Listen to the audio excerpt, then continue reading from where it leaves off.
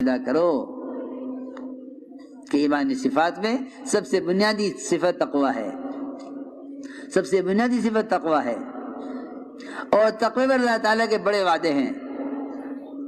سب سے پہلے فرمایا من یتق اللہ یجعل لہ مخرجا، کہ ہم تقوی متقی کے لیے ہر تنگی سے راستے نکال دیں گے، ہر تنگی سے راستے نکال دیں گے تقوی پر۔ فرمایا من یتق اللہ یجعل لہ مخرجا، کہ ہم متقی کے لیے ہر تنگی سے راستے نکال دیں گے، اور ہم وہاں سے اس کو رزق دیں گے جہاں اس کا گمان خیال بھی نہیں پہنچے گا۔ ایک وعدہ تقوی پر یہ ہے کہ ہم اس کو اسی کا رزق دیں گے جہاں اس کا گمان خیال بھی نہیں پہنچے گا۔ ایک وعدہ یہ ہے تقوی پر کہ جو آدمی تقوی اختیار کر لیتا ہے ہم اس کے کام میں آسانیاں پیدا کر دیتے ہیں۔ من یتق اللہ یجعل لہ من امرہ یسرا، کہ ہم اس کے کام میں آسانی پیدا کر دیتے ہیں، بشرطیہ کہ یہ تقوی پر آ جائے۔ جتنے اسباب کمائی کے اسباب میں مشکلات مسلمانوں کو پیش آ رہی ہیں، اس کی بنیادی وجہ وہ یہ ہے کہ ان کی کمائی میں سے تقوی نکلا ہوا ہے، ورنہ اللہ رب العزت متقی کے کام میں آسانی پیدا کر دیتے ہیں۔ خلفاء راشدین اور صحابہ کرام اور انبیاء علیہم السلام وہ سب سے پہلے کمائی کے نقشوں میں تقوی لاتے تھے۔ دیکھو یہ سمجھنے کی بات ہے، سب سے پہلے کمائی کے نقشوں میں تقوی ملے گا، آپ دیکھو اٹھا کر، سب سے پہلے کمائی کے نقشوں میں تقوی ملے گا۔ داؤد علیہ السلام بادشاہ تھے، نبی بھی تھے، بادشاہ بھی تھے۔ خلافت، نبوت، بادشاہت تھی نبوت والی، کہ نبوت تھی بادشاہت والی، وہ اپنا ذاتی خرچ بیت المال سے لیتے تھے، ذاتی خرچ بیت المال سے لیتے تھے۔ بادشاہ کا ملک، بادشاہ کا ملک، ذاتی خرچ کہاں سے لیں؟ کہ بیت المال سے۔ سنو غور سے بات، عمر رضی اللہ تعالی عنہ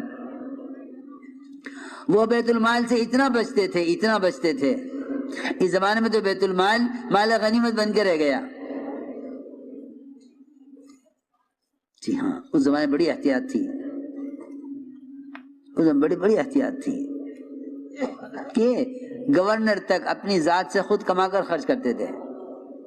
سلمان فارسی رضی اللہ تعالی عنہ گورنر ہیں، ٹوکرے بناتے تھے اپنے ہاتھوں سے، ٹوکرے بنا کر بیچتے تھے، اور انہیں ٹوکرے بنا کر بیچتے تھے اور ان کو بیچ کر اپنا ذاتی خرچ گھر کا چلاتے تھے، اور ٹوکرے کی آمدنی میں سے صدقہ کرتے تھے۔ جبکہ عمر رضی اللہ تعالی عنہ ان کو 5000 وظیفہ دیتے تھے۔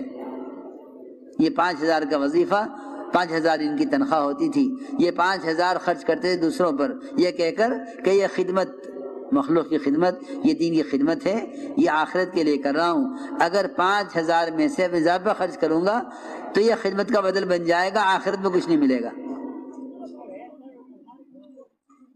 جی ہاں، عجیب بات ہے، اپنے آخرت کے اجر کو بچانے کے لیے، آخرت کے اجر کو پورا حاصل کرنے کے لیے 5000 کے وظیفے میں سے، تنخواہ میں سے اپنے اضافہ خرچ نہیں کرتے تھے،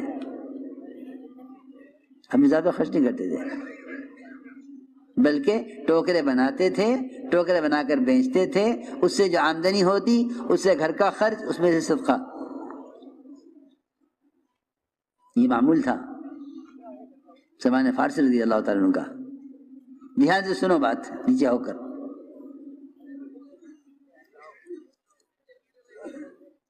چنانچہ عمر رضی اللہ تعالیٰ عنہ، ان کے بھی تقوی کے عجیب قصے ہیں، بیمار ہو گئے، طبیب نے کہا کہ شہد استعمال کریں. بیت المال میں شہد رکھا ہوا تھا, سارے مسلمانوں کو جمع کیا. فرمایا مجھے شہد تجویز کیا گیا ہے میرے لیے اور شہد نہیں مل رہا ہے اور بیت المال میں شہد رکھا ہوا ہے, اگر تم سارے مسلمانوں کی اجازت ہو تو میں استعمال کر سکتا ہوں ورنہ میرے لیے حرام ہے. سب نے کہا مومنین اجازت ہے آپ استعمال کریں. بیت المال سے احتیاط. عمر رضی اللہ تعالیٰ عنہ ایسے تقوی والے. کہیں سے مال آیا